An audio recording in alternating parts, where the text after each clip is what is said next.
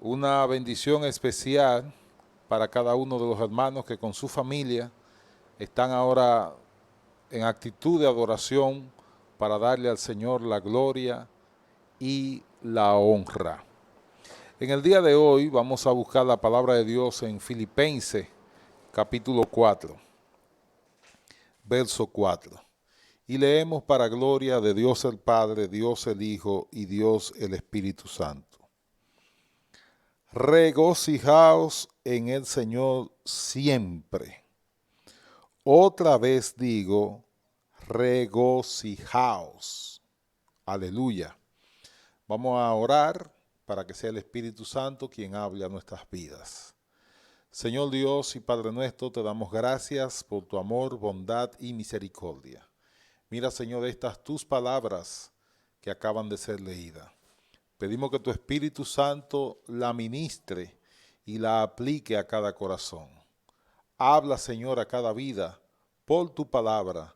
Te lo ruego, mi Dios, en el nombre de Jesús. Amén y amén.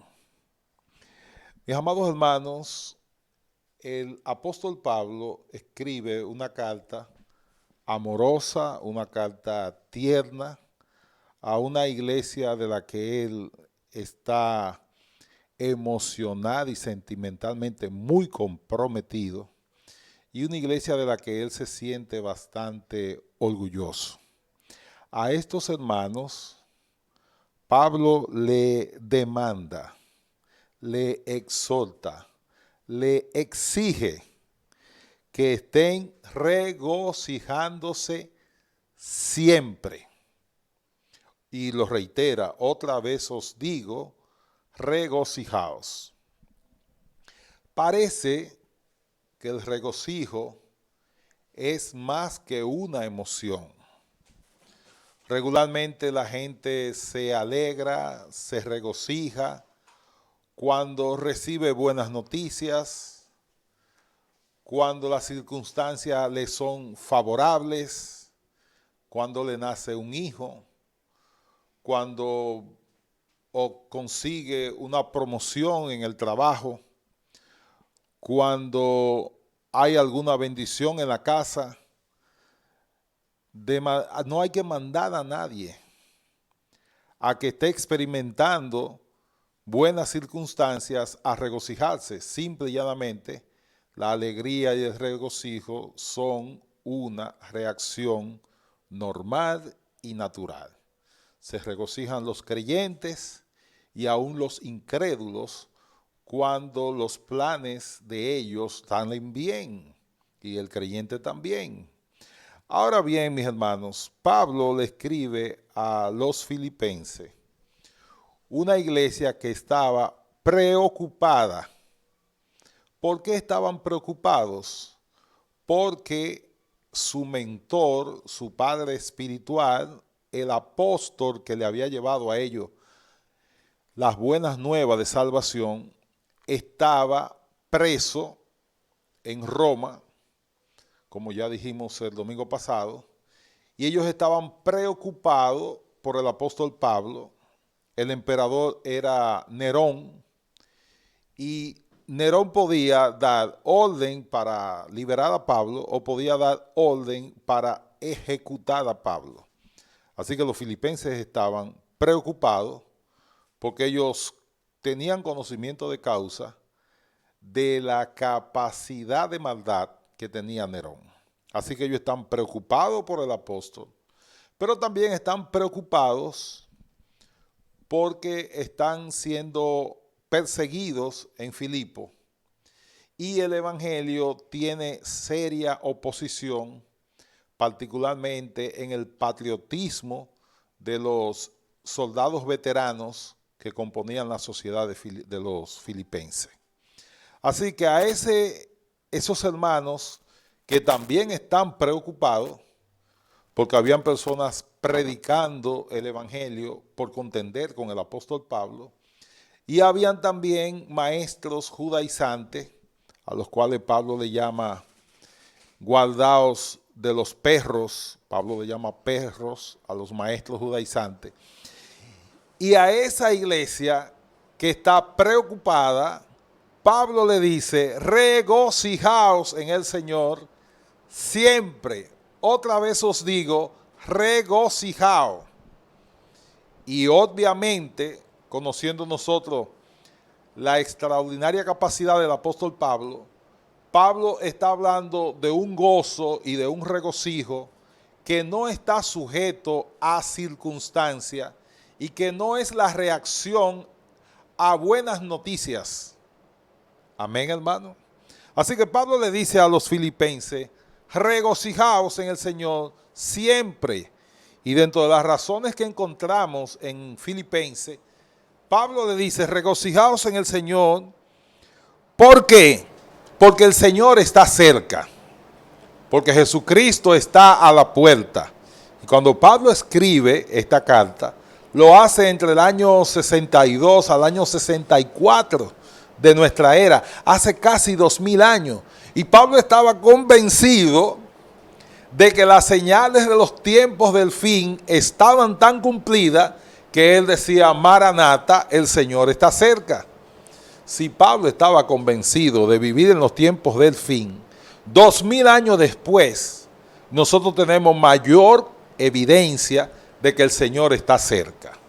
La principal evidencia para mí de que estamos en los tiempos finales es que en el año de 1948, la nación de Israel, después de tener casi 2000 años errante en el mundo, como sin tierra, sin patria, volvió de nuevo, por mandato de la ONU, a ocupar el territorio que tenía miles de años desocupado desde que Jerusalén fue destruida en el año 70 y posteriormente quedaron algunos ahí como hasta el año 135, cuando Jerusalén quedó desierta.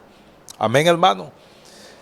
Ese milagro de que Jerusalén, de que Israel volvió a su tierra y volvió a ser nación con su patria, con su estatuto como Estado, y volvió a tener un Estado judío, nos dice a nosotros que Jesús está a la puerta. Para mí esa es la señal más evidente. Hay prédicas sobre que no pasaría esta generación después que esto sucediera. Bueno, la gente se ha puesto a calcular que cuánto, y a mí los números no me dan, así que yo me dejo eso. Que si una generación eran 40, entonces Jesús venía en el 88, que si una generación era de 70 años, en el 2000 y pico, en los primeros años le tocaba venir a Jesús. A mí no me interesan las fechas. A mí lo que me interesa es que el establecimiento del Estado de Israel en el 1948 es un anuncio de que estamos en los últimos tiempos. Así que si hay una razón para estar regocijado, entonces el que el Señor venga es una razón importante. Fíjense que regocijarse es un acto intencional. Pablo no dice, dejen que las circunstancias cambien para que entonces a ustedes les llegue el regocijo. Pablo dice, en medio de estas circunstancias, ustedes hagan un esfuerzo y regocíjense. ¿Por qué? Porque el gozo, del cual la carta habla bastante, hay muchas referencias al gozo. El gozo es un fruto del Espíritu Santo, para que nos entendamos. El gozo es parte de las herramientas que Dios ha puesto a favor de los creyentes para poder ser fieles en medio de este mundo perverso. Así que el gozo es más que una emoción. Y el gozo es importante porque incluso Pablo dice que el reino de Dios no consiste ni en comida ni en bebida, sino en gozo, justicia y paz. Amén, hermano. ¿Qué otra razón tenemos para estar regocijados? Efesios 4:7. ¿Qué dice Efesios 4:7? Dice las Escrituras, y la paz de Dios que sobrepasa todo entendimiento, guardará vuestros corazones y vuestros pensamientos en Cristo Jesús. Para poder disfrutar del verdadero gozo, entonces debemos de tener nuestros corazones y nuestros pensamientos en Cristo Jesús. Nuestro corazón es el centro de las emociones. ¿Y qué habla Pablo ahí en Filipenses acerca del corazón y de las emociones? Filipenses 2:22. Completad pues mi gozo sintiendo lo mismo, teniendo un mismo sentir, unánime, sintiendo una misma cosa. Así que uno de los elementos de un corazón que guarda el gozo y que practica el gozo del Señor es procurar estar unánime en la comunidad de fe. Los que están unánime en la comunidad de fe, los que guardan el vínculo de la unidad, tienen el gozo del Señor. ¿Qué otra cosa necesitamos en nuestro corazón? Guardarnos de las malas doctrinas. Por eso Pablo alerta en Filipenses 3:2, guardaos de los perros, guardaos de los malos obreros, guardaos de los mutiladores del cuerpo, de los que fraccionan el cuerpo, de los que dividen la iglesia, de los que rompen la unidad dentro de la iglesia. Así que tenemos que tener un corazón presto para estar unido en un solo sentir con el apóstol Pablo y con la comunidad de fe. ¿Qué otra cosa le traería gozo, aparte de la paz de Dios que sobrepasa todo entendimiento? Que Cristo es anunciado. Pablo dice, miren, desde que yo estoy encarcelado, los hermanos ahora casi ya no tienen temor y comienzan a predicar. Es cierto que algunos predican por contienda, otros lo predican para hacerme sentir mal, pero sea por una razón u otra, yo me gozo y me gozaré, porque Cristo está siendo predicado. Así que la predicación de la palabra de Dios es una razón para alimentar el gozo en la vida del creyente. Pablo también nos habla de que sea que vivamos o sea que muramos, somos del Señor. Y él dice, y si quedo, cuando predicamos la semana pasada sobre el vivir de Cristo, si quedo, pues es mejor porque entonces sirvo para la obra, voy a quedar con ustedes. Así que otra razón por la que los filipenses tenían que tener gozo es porque él esperaba que las oraciones de los filipenses y de Pablo y de otras personas más le diera la liberación. Jesús, en Lucas capítulo 10, verso 10, también nos da una razón para estar gozoso. Los discípulos venían de unas misiones exitosas y de haber conseguido imponer el reino de Dios por encima de los demonios. Y Jesús le dijo, óiganse, no se alegren de eso. Regocíjense de que vuestros nombres estén escritos en el libro de la vida, o de que vuestros nombres estén escritos en el cielo. Así que Pablo, Jesús nos enseñan que el gozo va a depender de las razones correctas y que el gozo no está sujeto a la circunstancia en la que nosotros estemos. Por eso, como hay que guardar el corazón y también la mente, vamos a ver cómo el gozo tiene algunas características. Primero, ya lo dije, el gozo forma parte de los tres elementos sobre los cuales se sustenta el reino de Dios. Gozo, paz y justicia. Romanos 14, 17. El reino de Dios se fundamenta ¿en qué? En gozo, paz y justicia.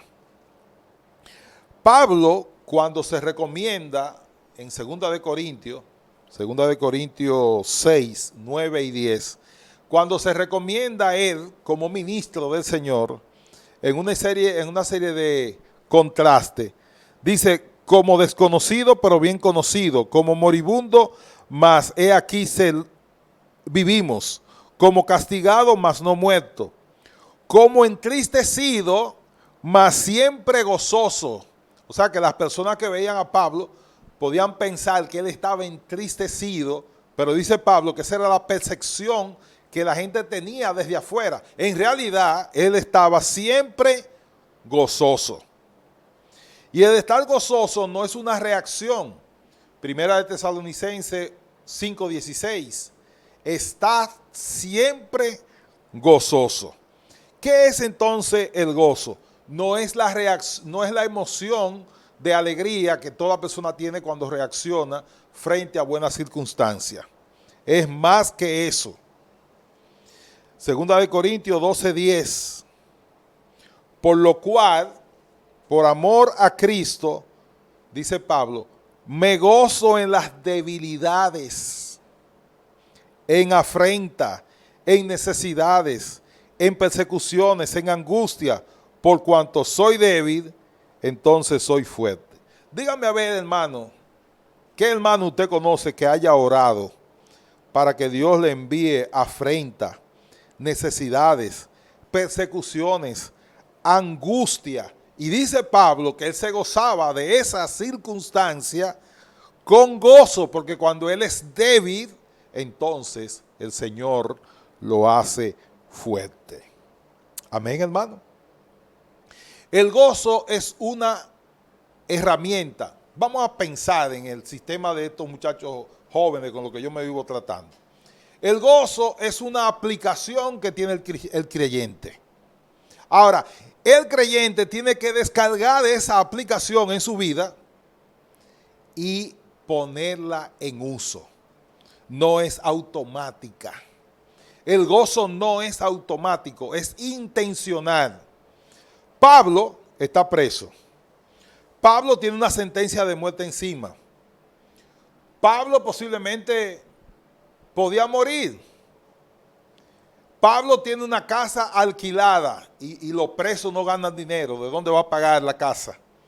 Así que Pablo tenía que pagar una casa, Pablo tenía que buscar su comida, Pablo tenía que depender del Señor. ¿Y qué hace un creyente normal que no ha bajado la aplicación del gozo ni la ha aplicado? Simple y llanamente, si tiene que pagar una casa y no tiene dinero, si está la muerte cerca y no sabe cómo defenderse, tiende a deprimirse y comienza a pedir la oración. Y la palabra gozo en ese hermano no hay manera de que la encontremos. Amén, hermano. ¿Qué hizo Pablo en medio de su circunstancia? Bajó la aplicación del Espíritu Santo llamada gozo y la puso en práctica. Y en vez de hablar de sus problemas, habló del que tiene la solución. En vez de pensar en gritar y quejar y murmurarse y echarle la culpa a alguien de que estaba preso sin dinero y pasando necesidades, él prefirió enfocar su mirada en el que tiene la solución, en el que tiene la respuesta. Cristo Jesús es el que tiene la solución.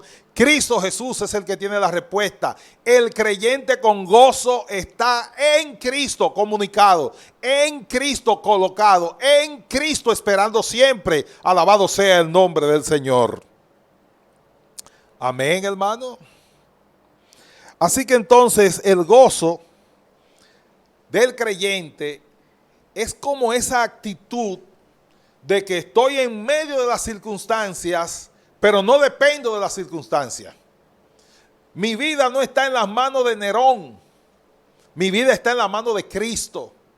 Mi sustento no depende del sueldo o del empleo. Mi sustento depende de Cristo. ¿O no dijo Jesús que Dios alimenta a las aves? Que ninguna ave ha muerto jamás porque Dios la alimenta. Y si Dios alimenta a las aves, ¿cómo no ha de alimentar a los creyentes que han confiado en su gracia, en su amor y en su misericordia? Si en tu despensa no hay nada, pon el gozo del Señor ahí. Confía en que aunque no haya nada en la despensa, Dios siempre proveerá. Dios siempre suplirá conforme a sus riquezas en gloria en Cristo Jesús, Señor nuestro. Así que el gozo no depende de que estemos libres o estemos encerrados. No depende de que si estamos sanos o estamos enfermos. No depende si somos positivos o negativos a COVID-19. El gozo va a depender de una relación interna que nosotros tenemos con Cristo Jesús, el Hijo de Dios. Jesús lo dijo de otra manera: el que cree en mí, de su interior correrán ríos de aguas vivas. Así que el gozo es una fuente interna que el Espíritu Santo tiene para llenar de fortaleza al creyente. Y en medio de la angustia y de la tribulación y de la tristeza, el creyente puede prevalecer. En Hebreo capítulo 12, versos 1 y 2, hay uno de los gozos más extraños que podamos encontrar. Y si sabemos que el gozo no es una emoción, nos vamos a dar cuenta. Hebreos 12, 1 y 2, me parece que ustedes lo tienen ahí debajo. Dice: por tanto nosotros también, teniendo en derredor tan gran nube de testigos, hace varias recomendaciones. Primero, despojémonos de todo peso, toda carga que llevamos encima, suéltala. Toda ansiedad por el encierro, por la epidemia, suéltala, suelta toda carga. Despojémonos de todo peso. Y segundo, y del pecado que nos asedia, renunciemos a cualquier mal hábito, mala costumbre. Y corramos con paciencia la carrera que nos espera. De modo que hay que ser proactivos, no tenemos que esperar que nada pase, tenemos que correr la carrera a la cual Dios nos ha llamado, la carrera de la vida, que al final nos darán la corona, alabado sea Cristo. Y el verso 2 dice: puesto los ojos en ¿quién? En COVID-19, no, léelo bien, ahí no dice COVID-19. Puesto los ojos en CNN, no, ahí no dice en CNN. Puesto los ojos en Jesús. ¿Pero qué Jesús? El autor y el consumador de la fe. El cual, y aquí es que viene lo extraño, por el gozo puesto delante de él, sufrió la cruz. Es el gozo que lleva a Cristo a sufrir en la cruz. Interprétenlo, hermano, está ahí, búsquenlo en su Biblia, tal vez en la mía hay un error. Pero eso es lo que dice Hebreo capítulo 12, verso 2. Por el gozo puesto delante de él, sufrió en la cruz. El gozo también tiene un elemento de esperanza.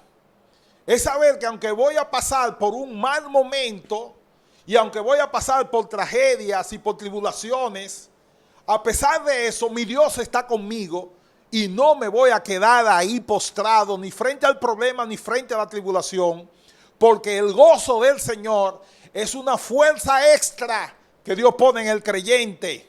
Alabado sea el nombre de Cristo.